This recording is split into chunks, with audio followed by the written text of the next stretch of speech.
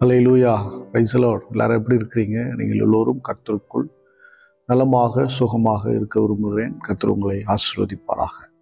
இன்றைய நாள் மெய்ப்பனின் சத்தம் யாத்ராகமத்தின் புஸ்தகம் 12ஆம் அதிகாரம் 39ஆம் வசனத்தை நான் வாசிக்கிறேன். எகிப்திலிருந்து அவர்கள் கொண்டு வந்த பிசைந்த மாவை புளிப்பில்லா அப்பங்களாக சுட்டார்கள். அவர்கள் எகிப்தில் தரிக்கக்கூடாமல் துரத்தி விடப்பட்டதினால் அது புளியாதிருந்தது. அவர்கள் தங்களுக்கு வழிக்கென்று ஒன்றும் ஆயத்தம் பண்ணவில்லை. அல்லேலூயா. இங்க பார்த்தீங்கன்னா, எகிப்து தேசத்திலிருந்து இஸ்ரேல் மக்கள் புறப்படுறாங்க. அங்கேயே மாவு என்ன பண்ணாங்க, மாவுலாம் பிசைஞ்சு அப்பத்துக்கு ரெடி பண்ணி வச்சுட்டாங்க. நார்மலாக மாவு பிசைஞ்சு வச்சா என்ன பண்ணிடும், புளிச்சிடும்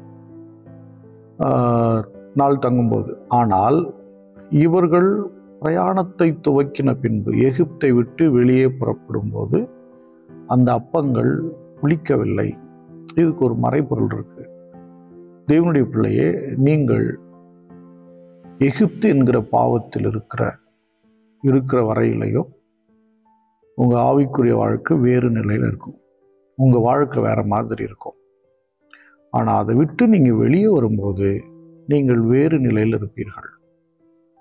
நமக்குண்டானவைகள் எத்தனையோ கர்த்தருக்குள் இருப்பதற்கு முன்பதாக, கர்த்தருக்குள் வந்த பின்பு, ரெண்டுத்தையும் பிரித்து பார்த்தோம்னா, கர்த்தருக்குள் வராததுக்கு முன்பதாக நம்ம வாழ்க்கையில் இருக்கிற சூழ்நிலைகள் எல்லாம் வேறு மாதிரியான நிலையை, வேறு மாதிரியான சூழ்நிலை உடையதாக இருக்கும். ஆனால் கர்த்தருக்குள்ள நீங்கள் வந்துட்டீங்க அப்படின்னா அது வேறு மாதிரியாக இருக்கும். எகிப்து கானான் பிரயாணம், நாம் எல்லோரும் கர்த்தருக்குள் ரட்சிக்கப்பட்ட பிள்ளைகள் அனைவருடைய பிரயாணமும் பரலோகத்தின் பிரயாணமாக இருக்கிறது.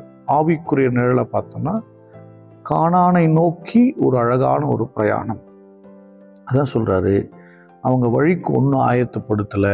ஆனால் அந்த அப்பத்தின் மாவு புளியாதிருந்தது. தேவனுடைய பிள்ளையே, நீங்கள் எகிப்து என்கிற பாவத்தில் இராமல் நீங்கள் வெளியே வாங்க. எகிப்து என்கிற உலகத்தினுடைய இச்சைகளிலிருந்து வெளியே வாங்க. அங்க இருந்தா நீங்க புளித்து போவீர்கள், கெட்டு போவீர்கள். அதுதான் அதுக்கு அர்த்தம்.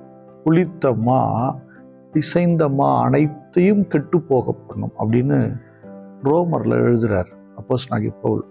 அப்படின்னா நீங்க உங்க வாழ்க்கையில புளிப்பு, பாவத்துக்குள்ள நீங்க இருக்கும்போது உங்க வாழ்க்கை முழுவதும் நாட்கள் போக போக புளிப்பு ஒரு அளவோடு இருந்தா அப்பத்துக்கு சுவையா இருக்குன்னு வச்சுக்கோமே. ஆனா அது அளவுக்கு மீறினால் அந்த புளிப்பு நல்லதல்ல, அது வீணாய் போய்விடும். அன்பு தேவனுடைய பிள்ளையே, நீங்கள் புளித்து விட்டால், உங்கள் வாழ்க்கை புளித்து விட்டால் வீணாய் போய்விடும். உங்கள் பிரயாணம் தேவனுடைய வார்த்தையை கேட்டு தேவனுடைய ராஜ்யத்தின் பிரயாணமாக இருக்கட்டும், கானான் தேசம் என்கிற சுதந்திரத்தின் பிரயாணமாக இருக்கட்டும். உங்களுடைய பிரயாணம் எப்படி இருக்கிறது?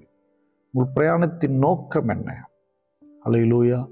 அப்போ எகிப்தை விட்டு முழுவதுமாக வெளியே வாங்க. சபைக்கு வருவாங்க, ஆனால் அவங்களுடைய எகிப்தின் எண்ணங்கள் மாறவில்லை. எகிப்தில் இருக்கிற அந்த ஆசைகள் விடவில்லை. எகிப்துக்குள் இருந்த அந்த சில காரியங்கள் விட்டு வர முடியவில்லை. அடிமைத்தனத்திலிருந்து வெளியே வரவில்லை. குடிப்பழக்கத்திலிருந்து வெளியே வரல, உபச்சாரத்திலிருந்து வெளியே வரல, இச்சையிலிருந்து வரல, பெருமையிலிருந்து வரல, பண ஆசையிலிருந்து வரல. இதிலிருந்து நீங்க வெளியே வரும்போதுதான் உங்கள் வாழ்க்கையில் இருக்கிற புளிப்பு நீங்கி புளிப்பில்லாத தூய்மை, துப்புரவு என்கிற வாழ்க்கைக்குள்ள நீங்க வருகிறீங்க. அப்படி நீங்க வரும்போது கர்த்தர் உங்களை ஆசீர்வதிக்க ஆரம்பிப்பார். அவர் நடத்துகிற விதமே மிக மிக சிறப்பாக இருக்கும். நம்ம எல்லாரும் ஸ்தோத்திரம் பண்ணுவோம். ஸ்தோத்திர ஆண்டவரே, புளித்த மாவின் அனுபவத்தோடு, எகிப்தின் பாவங்களோடு நாங்கள் பல வருடங்களை கழித்து விட்டோம். ஆனால் இன்றைக்கு உங்களுடைய வார்த்தையை நம்பி எங்களுடைய பிரயாணத்தை துவக்குகிறோம். ஆச்சரியம், எங்களுடைய வாழ்க்கையை நீர் புளிப்பில்லாத வாழ்க்கையாக, உண்மை, துப்புரவு என்று மாற்றுகிறீர். அதற்காக ஸ்தோத்திரம், ஸ்தோத்திரம், ஸ்தோத்திரம், ஸ்தோத்திரம். பரிசுத்த பிதாவை உம்மை ஸ்தோத்திரிக்கிறோம். பார்க்கிற பிள்ளைகளை ஆசீர்வதிங்க. இந்த பிள்ளைகள் வாழ்க்கையில் புளிப்பு என்கிற துர்குணம் பொல்லாப்பை நீக்கி உண்மை துப்புரவு என்கிற புளிப்பில்லாத சூழ்நிலைகளுக்கு உங்களுடைய பிள்ளைகளை கொண்டு வாங்க. பரிசுத்தமான செயல்கள் உங்களுடைய பிள்ளைகள் வாழ்க்கையில் உண்டாயிருப்பதாக பார்க்கிற அனைவரையும் ஆசீர்வதிங்க. இயேசு கிறிஸ்து நாமத்தினால் ஜெபிக்கிறேன் ஜீவனுள்ள நல்ல பிதாவே. ஆமென். God bless you. Bye bye.